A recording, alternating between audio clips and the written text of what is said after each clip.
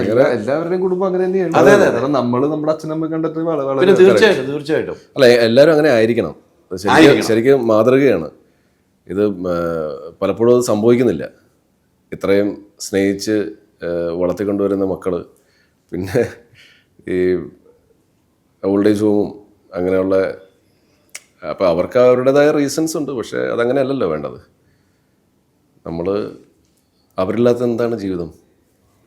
നമ്മൾ ഈ നമുക്ക് നമ്മുടെ അടുത്തുള്ള ആൾക്കാർ, ഇപ്പം എൻ്റെ അച്ഛൻ മരിച്ചതിന് ശേഷം അച്ഛനില്ലാത്തൊരു അവസ്ഥയുണ്ടല്ലോ, അത് നമുക്ക് ആലോചിക്കാൻ പറ്റില്ല.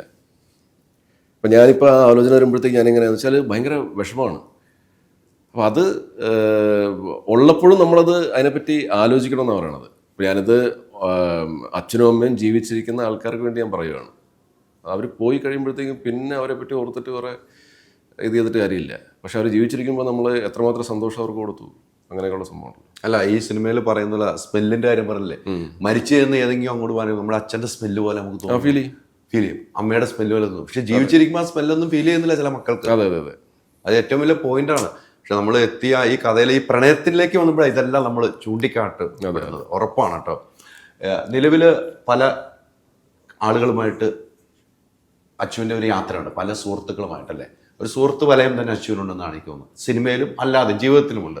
അത് എങ്ങനെയാണ് ഒരു ജീവിതയാത്രയ്ക്ക് കൂടെ കൂട്ടുന്നത്? അതെല്ലാവർക്കും ഉണ്ടാവേണ്ട ഒരു സംഭവമാണല്ലോ, ഒരു ഫ്രണ്ട്സ്, ഒരു സർക്കിള്. പിന്നെ നമ്മളിപ്പോൾ പ്രതീക്ഷിക്കാത്ത ആൾക്കാർ നമ്മുടെ കൂടെ യാത്രയിൽ കൂടെ ചേരി വരും. ചിലപ്പോൾ അവരെ ഇടയ്ക്ക് വെച്ച് ഇറങ്ങിപ്പോവും. അപ്പോൾ നമ്മൾ ആദ്യമൊക്കെ എനിക്ക് ഭയങ്കര പ്രശ്നമായിരുന്നു. ലൈക്ക് ഫ്രണ്ട്സ്, ഞാൻ ഭയങ്കരമായിട്ട് അതിന് വാല്യൂ കൊടുത്തു, ഭയങ്കര വാല്യൂ, വീട്ടുകാരെക്കാട്ടും വാല്യൂ കൊടുത്തുകൊണ്ടിരുന്ന ഒരു വ്യക്തിയായിരുന്നു. ഒരു പോയിന്റ് കഴിഞ്ഞപ്പോൾ അതിൻ്റേതായിട്ടുള്ള കുറേ പ്രശ്നങ്ങളൊക്കെ ലൈഫിലുണ്ടായി.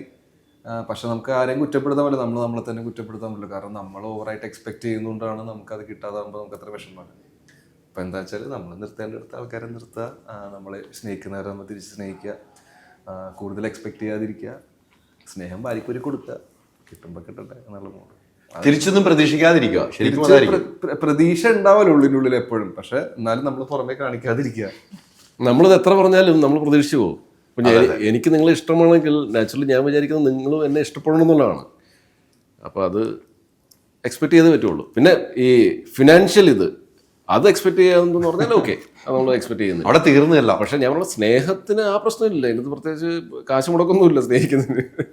അപ്പോൾ അത് തിരിച്ചു തരാമല്ലോ, അത് ഉറപ്പാണ്. അത് തിരിച്ചു തന്നെ ഒരു കുഴപ്പമില്ല, ഒരു മടിയും വിചാരിക്കേണ്ട കാര്യമില്ല. സുഹൃത്തുക്കൾ എപ്പോഴും നമ്മൾ വിചാരിക്കുന്ന പോലെ ആയിരിക്കില്ല ചില മുഹൂർത്തത്തിൽ നമ്മൾക്കുള്ള പെരുമാറ്റം. ഇപ്പൊ ഷൈജേട്ടൻ പറഞ്ഞത് തന്നെയാണ്. ഇപ്പൊ അച്ഛൻ അമ്മ ഇല്ലാതാകുമ്പോഴേക്കും നമുക്ക് അതിന് വിഷമമുള്ളൂ. ഇപ്പൊ ഒരു കൂട്ടുകാരൻ കൂടെ തന്നെ ഉണ്ടായിട്ട് ഒരു പോയിന്റ് കഴിഞ്ഞ് അവൻ നമ്മളെ വിട്ട് അല്ലെങ്കിൽ വേറെ പരിപാടിക്ക് പോയി കഴിയുമ്പോൾ നമ്മളെല്ലാം ഷെയർ ചെയ്തുകൊണ്ടിരുന്ന ചിലപ്പോൾ അവൻ്റെ അടുത്തായിരിക്കും. വീട്ടിൽ പറയാൻ പറ്റാത്ത ചില ഡാർക്ക് അടക്കം നമ്മൾ പറഞ്ഞത് അവൻ്റെ അടുത്തായിരിക്കും. പിന്നെ നമ്മൾ ആലോചിക്കും, നമുക്ക് ഇപ്പൊ ആരുടെ പറയാനുള്ള, ആരുടെ പറയാനുള്ളല്ലോ. ഓക്കെ, റിയലൈസ് ചെയ്യുക, തിരിച്ചറിയുക, മാക്സിമം അതിന് വേണ്ടി കൂടെ നിൽക്കുക, സ്വന്തം കൂടെ നമ്മൾ തന്നെ നിൽക്കുക. നമ്മൾ തന്നെ അനുഭവങ്ങളാണല്ലോ എല്ലാം പഠിപ്പിക്കുന്നത് നമ്മളെ, അല്ലേ? അനുഭവങ്ങൾ പാഠമുണ്ടെങ്കിൽ മാത്രമേ നമുക്ക് പഠിക്കാൻ പറ്റുള്ളൂ. അത്തരം അനുഭവങ്ങളിലൂടെ യാത്ര ചെയ്യുന്ന ഒത്തിരി ആളുകൾ ഈ പടത്തിലൊരു പോയിന്റിൽ ഇതേപോലെയാണ് റിയലൈസേഷൻ ലാസ്റ്റ് ഒരു കൂട്ടുകാരനെ കൊടുക്കുന്നത്. ഇവിടെ ഈ സിനിമയിൽ എത്തുന്ന അഭിലാഷത്തിൽ എത്തുന്നുണ്ട്. അങ്ങനെ അത് ആദ്യം കൂട്ടുകാരനല്ല, അതെ അതെ അതെ അതെ അതെ അതെ. അത് പടത്തില് സിനിമ കണ്ട് രസമായിട്ട് ശംസുവും എനിക്കും ജനിതേട്ടനും എഴുതി വെച്ചിട്ടുണ്ട്. നല്ല രസമായിട്ടുള്ള പരിപാടിയാണ് ലാസ്റ്റത്തെ പരിപാടി.